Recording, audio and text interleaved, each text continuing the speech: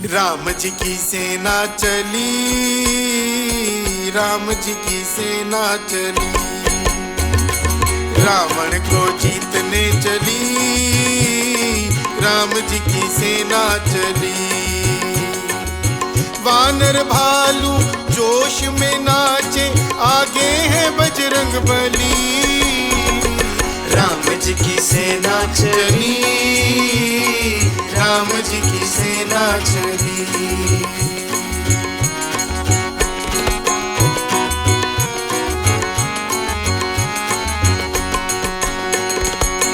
रावण सीता को हर लाया, दुर्भाग्य को गले लगाया, दुर्भाग्य को गले लगाया।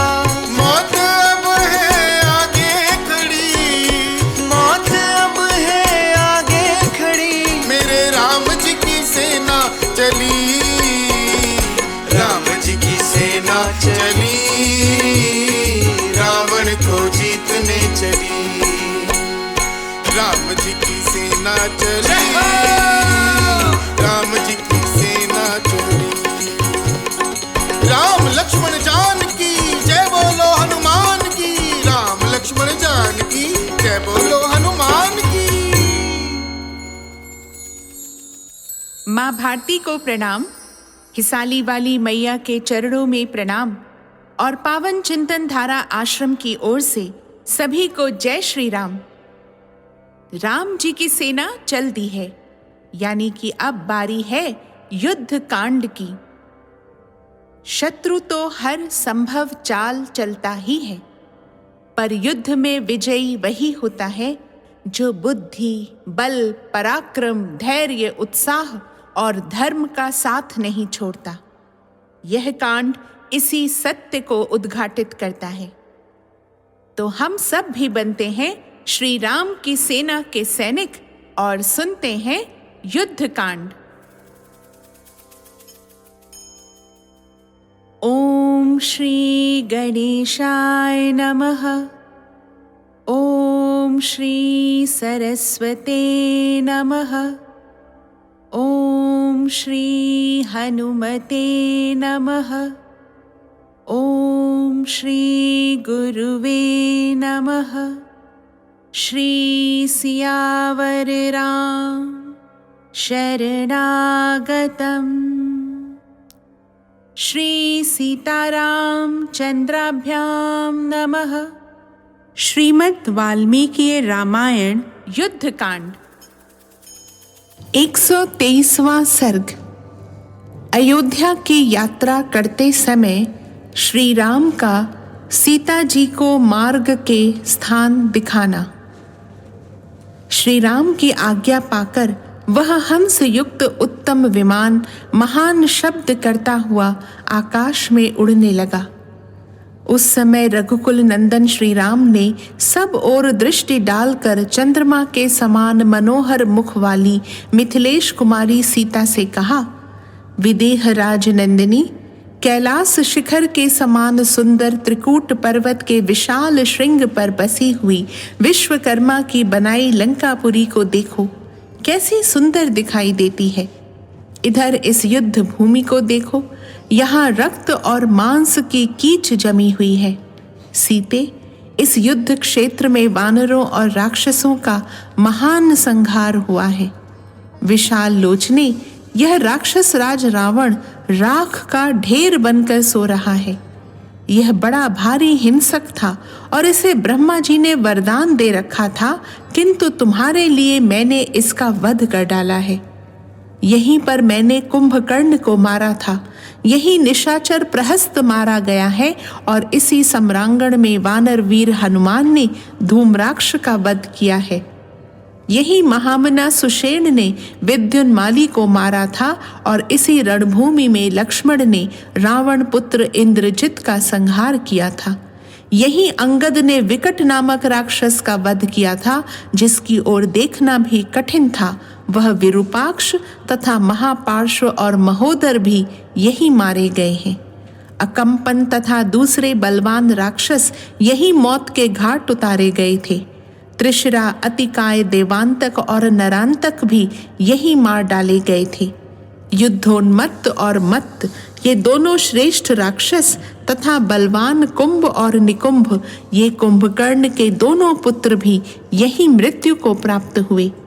वज्रदंष्ट्र और दंष्ट्र आदि बहुत से राक्षस यही काल के ग्रास बन गए। दुर्धर्ष वीर मकराक्ष को इसी युद्ध स्थल में मैंने मार गिराया था। अकंपन और पराक्रमी शोणिताक्ष का भी यही काम तमाम हुआ था।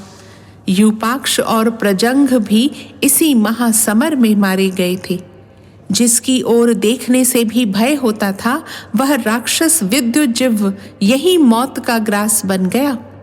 यज्ञ शत्रु और महाबली सुप्तग्न को भी यही मारा गया था। सूर्य शत्रु और ब्रह्म शत्रु नामक निशाचरों का भी यही वध किया गया था। यही रावण की भार्या मंदोदरी ने उसके लिए विलाप किया था। उस समय वह अपनी हजारों से भी अधिक सौतों से घिरी हुई थी। सुमुखी, यह समुद्र का तीर्थ दिखाई देता है जहां समुद्र को पार करके हम लोगों ने वह रात बिताई थी। विशाल लोचने, खारे पानी के समुद्र में यह मेरा बंधवाया हुआ पुल है जो नल सेतु के नाम से विख्यात है। देवी, तुम्हारे लिए ही यह अत्यंत दुष्कर सेतु बांधा गया था। विदेह नंदिनी, इस अक्षोभ्य वरुणालय समुद्र को तो देखो जो अपार सा दिखाई देता है। शंख और सीपियों से भरा हुआ यह सागर कैसी गर्जना कर रहा है। मिथिलेश कुमारी, इस सुवर्णमय पर्वतराज हिरण्याभ को तो देखो जो हनुमान जी को विश्राम देने के लिए समुद्र की जलराशि को चीरकर ऊपर को उठ गया था। यह समुद्र के उदर में ही विशाल टापू है जहां मैंने सेना का पड़ाव डाला था। यहीं पूर्व काल में भगवान महादेव ने मुझ पर कृपा की थी। सेतु बांधने से पहले मेरे द्वारा स्थापित होकर वे यहाँ विराजमान हुए थे। इस पुण्य स्थल में विशालकाय समुद्र का तीर्थ दिखाई देता है जो सेतु निर्माण का मूल प्रदेश होने के कारण सेतु बंध नाम से विख्यात तथा तीनों लोकों द्वारा पूजित होगा। यह तीर्थ परम पवित्र और महान पातकों का नाश करने वाला होगा। यहीं ये राक्षस राज विभीषण आकर मुझसे मिले थे। सीते, यह विचित्र वन प्रांत से सुशोभित किष्किंधा दिखाई देती है जो वानर राज सुग्रीव की सुरम्य नगरी है। यही मैंने वाली का वध किया था। तदनंतर वाली पालित किष्किंधापुरी का दर्शन करके सीता ने प्रेम से विह्वल हो श्री राम से विनय पूर्वक कहा, महाराज, मैं सुग्रीव की तारा आदि प्रिय भार्याओं तथा अन्य वानरेश्वरों की स्त्रियों को साथ लेकर आपके साथ अपनी राजधानी अयोध्या में चलना चाहती हूँ। विदेह नंदिनी सीता के ऐसा कहने पर श्री रघुनाथ जी ने कहा, ऐसा ही हो। फिर किष्किंधा में पहुंचने पर उन्होंने विमान ठहराया और सुग्रीव की ओर देखकर कहा, वानर श्रेष्ठ, तुम समस्त वानर यूथपतियों से कहो कि वे सब लोग अपनी अपनी स्त्रियों को साथ लेकर सीता के साथ अयोध्या चले तथा महाबली वानर राज सुग्रीव, तुम भी अपनी सब स्त्रियों के साथ शीघ्र चलने की तैयारी करो जिससे हम सब लोग जल्दी वहां पहुंचे। अमित तेजस्वी श्री रघुनाथ जी के ऐसा कहने पर उन सब वानरों से घिरे हुए श्रीमान वानर राज सुग्रीव ने शीघ्र ही अंतःपुर में प्रवेश करके तारा से भेंट की और इस प्रकार कहा, प्रिय, तुम मिथिलेश कुमारी सीता का प्रिय करने की इच्छा से श्री रघुनाथ जी की आज्ञा के अनुसार सभी प्रधान महात्मा वानरों की स्त्रियों के साथ शीघ्र चलने की तैयारी करो। हम लोग इन वानर पत्नियों को साथ लेकर चलेंगे और उन्हें अयोध्यापुरी तथा महाराज दशरथ की सब रानियों का दर्शन कराएंगे। सुग्रीव की यह बात सुनकर सर्वांग सुंदरी तारा ने समस्त वानर पत्नियों को बुलाकर कहा, सखियों, सुग्रीव की आज्ञा के अनुसार तुम सब लोग अपने पतियों समस्त वानरों के साथ अयोध्या चलने के लिए शीघ्र तैयार हो जाओ। अयोध्या का दर्शन करके तुम लोग मेरा भी प्रिय कार्य करोगी। वहां पुरवासियों तथा जनपद के लोगों के साथ श्री राम का जो अपने नगर में प्रवेश होगा वह उत्सव हमें देखने को मिलेगा। हम वहां महाराज दशरथ की समस्त रानियों के वैभव का भी दर्शन करेंगी। तारा की यह आज्ञा पाकर सारी वानर पत्नियों ने श्रृंगार करके उस विमान की परिक्रमा की और सीता जी के दर्शन की इच्छा से वे उस पर चढ़ गईं। उन सब के साथ विमान को शीघ्र ही ऊपर उठा देख श्री रघुनाथ जी ने ऋष्यमुख के निकट आने पर पुनः विदेह नंदिनी से कहा, सीते, यह जो बिजली सहित मेघ के समान सुवर्णमय धातुओं से युक्त श्रेष्ठ एवं महान पर्वत दिखाई देता है उसका नाम ऋष्यमुख है। सीते, यही मैं वानर राज सुग्रीव से मिला था और मित्रता करने के पश्चात वाली का वध करने के लिए प्रतिज्ञा की थी। यही वह पंपा नामक पुष्करणी है जो तटवर्ती विचित्र काननों से सुशोभित हो रही है।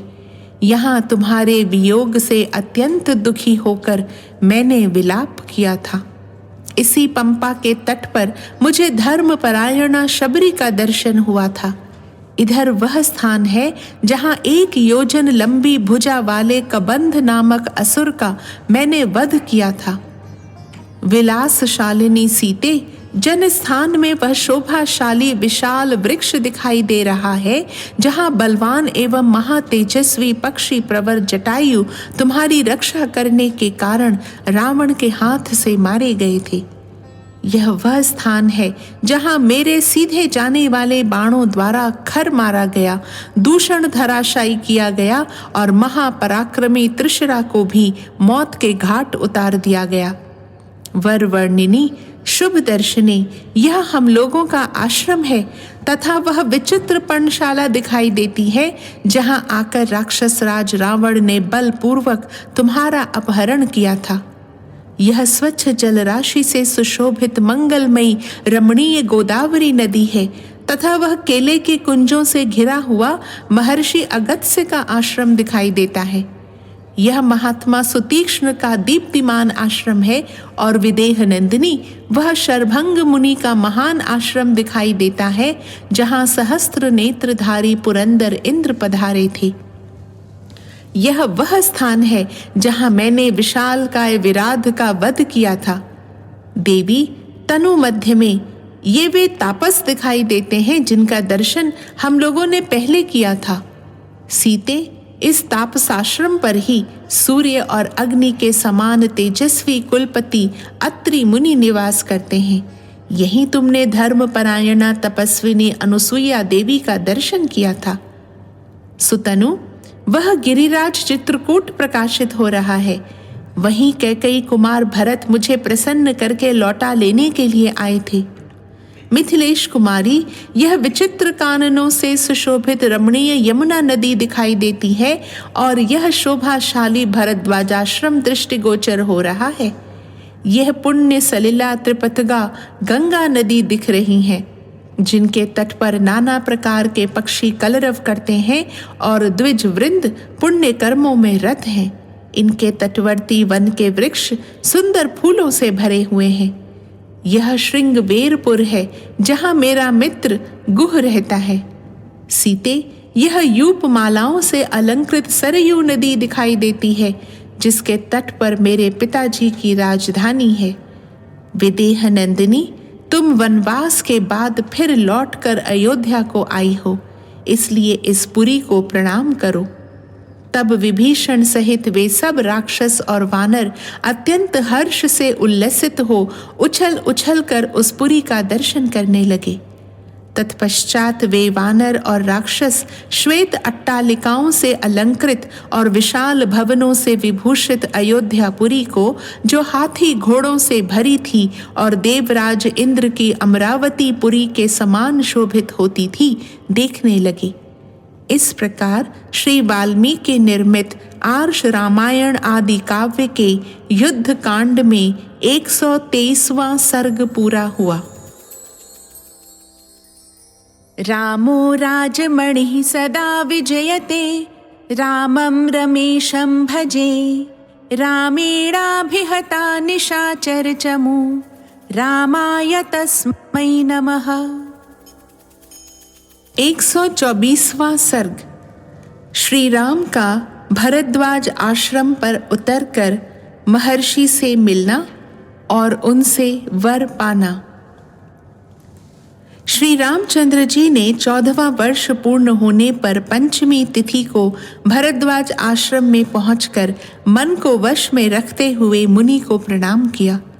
तपस्या के धनी भरद्वाज मुनि को प्रणाम करके श्री राम ने उनसे पूछा, भगवन, आपने अयोध्यापुरी के विषय में भी कुछ सुना है? वहाँ सुकाल और कुशल मंगल तो है ना? भरत प्रजा पालन में तत्पर रहते हैं ना? मेरी माताएं जीवित है ना? श्री रामचंद्र जी के इस प्रकार पूछने पर महामुनि भरद्वाज ने मुस्कुराकर उन रघुश्रेष्ठ श्री राम से प्रसन्नता पूर्वक कहा, रघुनंदन, भरत आपकी आज्ञा के अधीन हैं। वे जटा बढ़ाए आपके आगमन की प्रतीक्षा करते हैं। आपकी चरण पादुकाओं को सामने रखकर सारा कार्य करते हैं। आपके घर पर और नगर में भी सब कुशल हैं। पहले जब आप महान वन की यात्रा कर रहे थे, उस समय आपने चीर वस्त्र धारण कर रखा था और आप दोनों भाइयों के साथ तीसरी केवल आपकी स्त्री थी। आप राज्य से वंचित किए गए थे और केवल धर्म पालन की इच्छा मन में ले सर्वस्व त्याग कर पिता की आज्ञा का पालन करने के लिए पैदल ही जा रहे थे। सारे भोगों से दूर हो स्वर्ग से भूतल पर गिरे हुए देवता के समान जान पड़ते थे। शत्रु विजयी वीर, आप कैकेयी के आदेश के पालन में तत्पर हो जंगली फल मूल का आहार करते थे। उस समय आपको देखकर मेरे मन में बड़ी करुणा हुई थी, परंतु इस समय तो सारी स्थिति ही बदल गई है। आप शत्रु पर विजय पाकर सफल मनोरथ हो मित्रों तथा बांधवों के साथ लौट रहे हैं। इस रूप में आपको देखकर मुझे बड़ा सुख मिला, मुझे बड़ी प्रसन्नता हुई। रघुवीर, आपने जन स्थान में रहकर जो विपुल सुख दुख उठाए हैं, वे सब मुझे मालूम है। वहां रहकर आप ब्राह्मणों के कार्य में संलग्न हो समस्त तपस्वी मुनियों की रक्षा करते थे। उस समय रावण आपके इन सती साध्वी भार्या को हर ले गया। धर्मवत्सल, मारीच का कपट मृग के रूप में दिखाई देना, सीता का बलपूर्वक अपहरण होना, इनकी खोज करते समय आपके मार्ग में कबंध का मिलना, आपका पंपा सरोवर के तट पर जाना, सुग्रीव के साथ आपकी मैत्री का होना, आपके हाथ से वाली का मारा जाना, सीता की खोज, पवन पुत्र हनुमान का अद्भुत कर्म, सीता का पता लग जाने पर नल के द्वारा समुद्र पर सेतु का निर्माण, हर्ष और उत्साह से भरे हुए वानर यूथपतियों द्वारा लंकापुरी का दहन, पुत्र बंधु मंत्री सेना और सवारियों सहित बलाभिमानी रावण का आपके द्वारा युद्ध में वध होना, उस देवकंटक रावण के मारे जाने पर देवताओं के साथ आपका समागम होना तथा उनका आपको वर देना, ये सारी बातें मुझे तप के प्रभाव से ज्ञात हैं। मेरी प्रवृत्ति नामक शिष्य यहाँ से अयोध्यापुरी को जाते रहते हैं, अतः मुझे वहाँ का वृतांत मालूम होता रहता है। शस्त्रधारियों में श्रेष्ठ श्री राम, यहाँ मैं भी आपको एक वर देता हूँ। आपकी जो इच्छा हो उसे मांग लें। आज मेरा अर्घ्य और आतिथ्य सत्कार ग्रहण करें, कल सवेरे अयोध्या को जाइएगा। मुनि के उस वचन को शिरोधार्य करके हर्ष से भरे हुए श्रीमान राजकुमार श्री राम ने कहा, बहुत अच्छा। फिर उन्होंने उनसे यह वर मांगा, भगवन, यहाँ से अयोध्या जाते समय मार्ग के सब वृक्षों में समय न होने पर भी फल उत्पन्न हो जाएं और वे सब के सब मधु की धारा टपकाने वाले हों। उनमें नाना प्रकार के बहुत से अमृतोपम सुगंधित फल लग जाएं। भरद्वाज जी ने कहा, ऐसा ही होगा। उनके इस प्रकार प्रतिज्ञा करते ही उनकी उस वाणी के निकलते ही तत्काल वहां के सारे वृक्ष स्वर्गीय वृक्षों के समान हो गए। जिनमें फल नहीं थे उनमें फल आ गए, जिनमें फूल नहीं थे वे फूलों से सुशोभित होने लगे। सूखे हुए वृक्षों में भी हरे हरे पत्ते निकल आए और सभी वृक्ष मधु की धारा बहाने लगे। अयोध्या जाने का जो मार्ग था उसके आसपास 3 योजन तक के वृक्ष ऐसे ही हो गए। फिर तो वे सहस्त्रों श्रेष्ठ वानर हर्ष से भरकर स्वर्गवासी देवताओं के समान अपनी रुचि के अनुसार प्रसन्नता पूर्वक उन बहुसंख्यक दिव्य फलों का आस्वादन करने लगे। इस प्रकार श्री वाल्मीकि निर्मित आर्ष रामायण आदि काव्य के युद्ध कांड में 124वां सर्ग पूरा हुआ।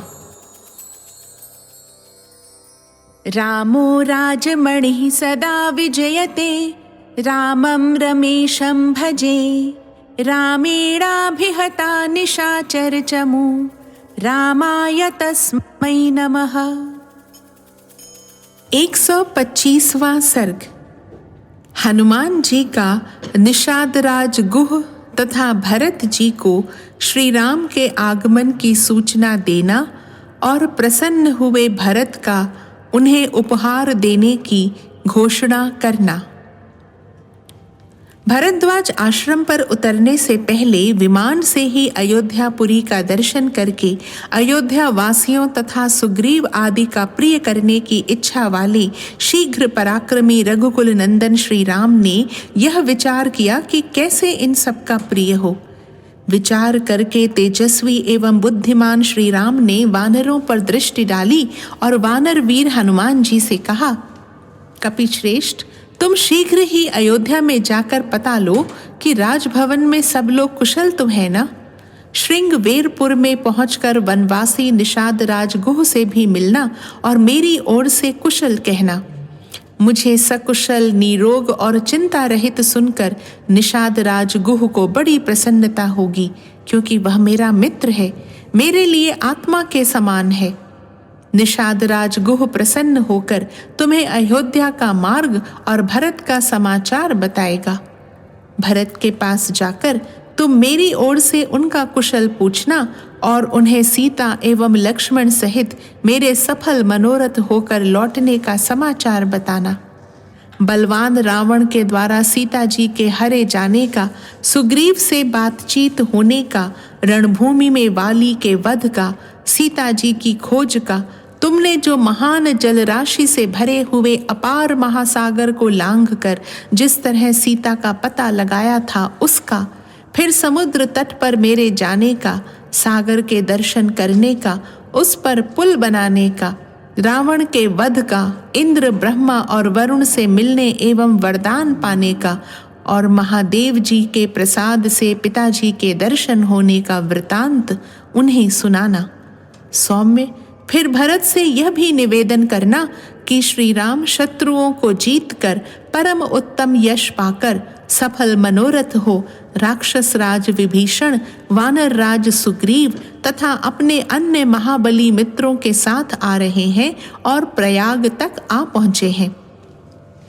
यह बात सुनकर भरत की जैसी मुख मुद्रा हो उस पर ध्यान रखना और समझना तथा भरत का मेरे प्रति जो कर्तव्य या बर्ताव हो उसको भी जानने का प्रयत्न करना। वहाँ के सारे वृतांत तथा भरत की चेष्टाएं तुम्हें यथार्थ रूप से जाननी चाहिए।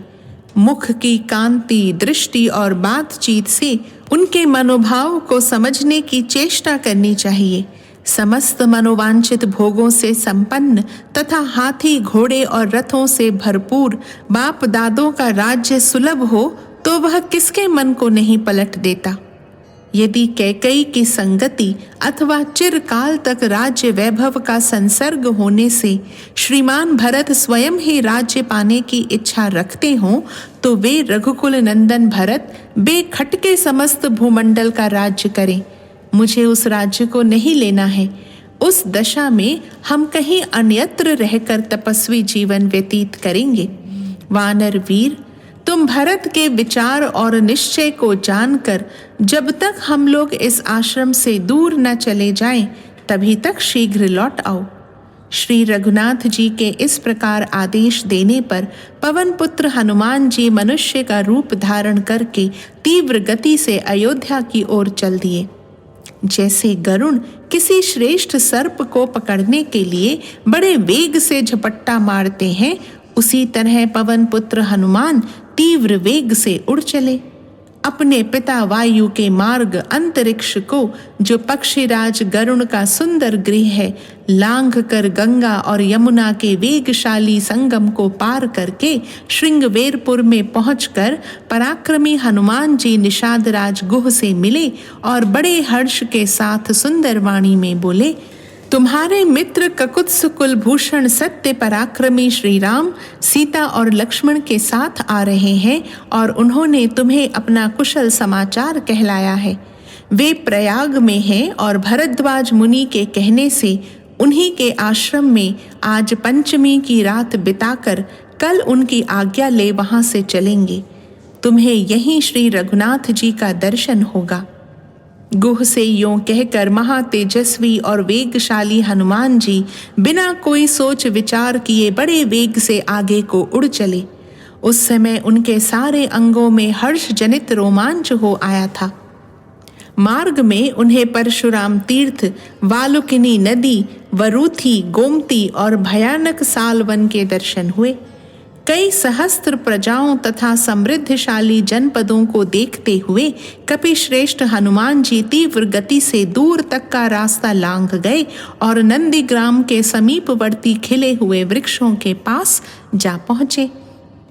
वे वृक्ष देवराज इंद्र के नंदन वन और कुबेर के चैत्र रथ वन के वृक्षों के समान सुशोभित होते थे। उनके आसपास बहुत सी स्त्रियां अपने उन पुत्रों और पौत्रों के साथ, जो वस्त्राभूषणों से भली भांति अलंकृत थे, विचरती और उनके पुष्पों का चयन करती थीं। अयोध्या से 1 कोस की दूरी पर उन्होंने आश्रमवासी भरत को देखा, जो चीर वस्त्र और काला मृग चर्म धारण किए दुखी एवं दुर्बल दिखाई देते थे। उनके सिर पर जटा बढ़ी हुई थी, शरीर पर मैल जम गई थी। भाई के वनवास के दुख ने उन्हें बहुत ही कृश कर दिया था। फल मूल ही उनका भोजन था।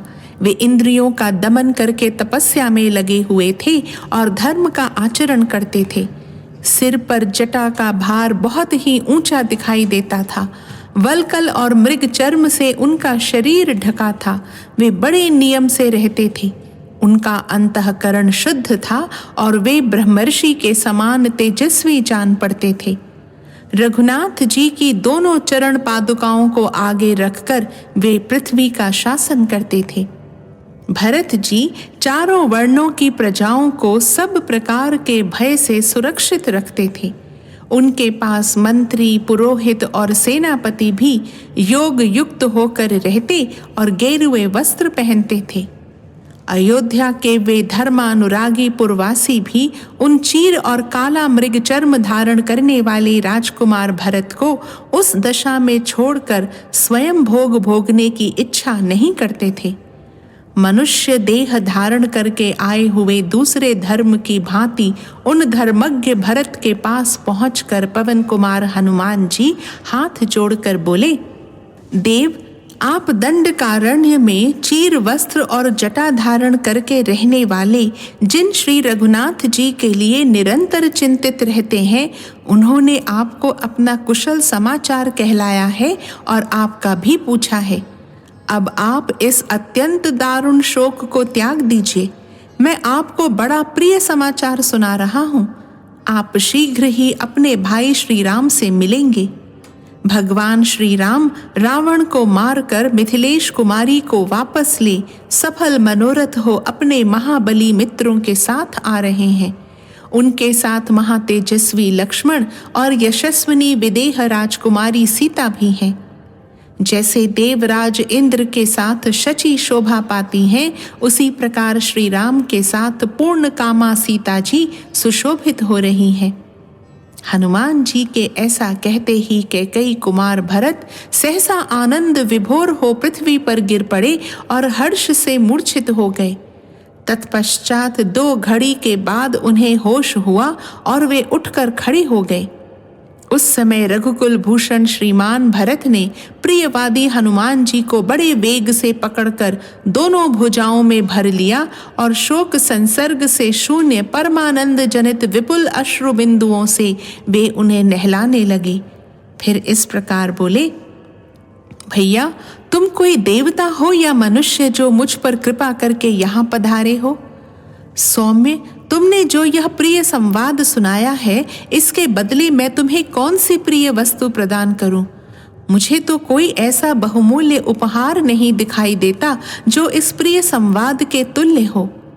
तथापि मैं तुम्हें इसके लिए 1,00,000 गौएं, 100 उत्तम गांव तथा उत्तम आचार विचार वाली 16 कुमारी कन्याएं पत्नी रूप में समर्पित करता हूँ। उन कन्याओं के कानों में सुंदर कुंडल जगमगाते होंगे, उनकी अंग कांति सुवर्ण के समान होगी, उनकी नासिका सुगढ़, उरु मनोहर और मुख चंद्रमा के समान सुंदर होंगे। वे कुलीन होने के साथ ही सब प्रकार के आभूषणों से विभूषित होंगी।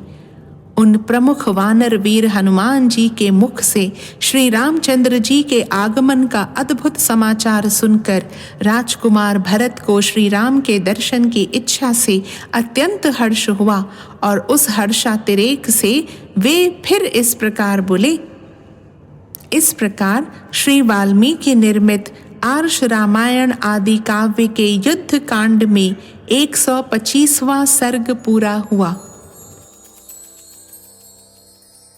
रामो राजमणिः सदा विजयते, रामं रमेशं भजे। रामेणाभिहता निशाचर चमू, रामाय तस्मै नमः।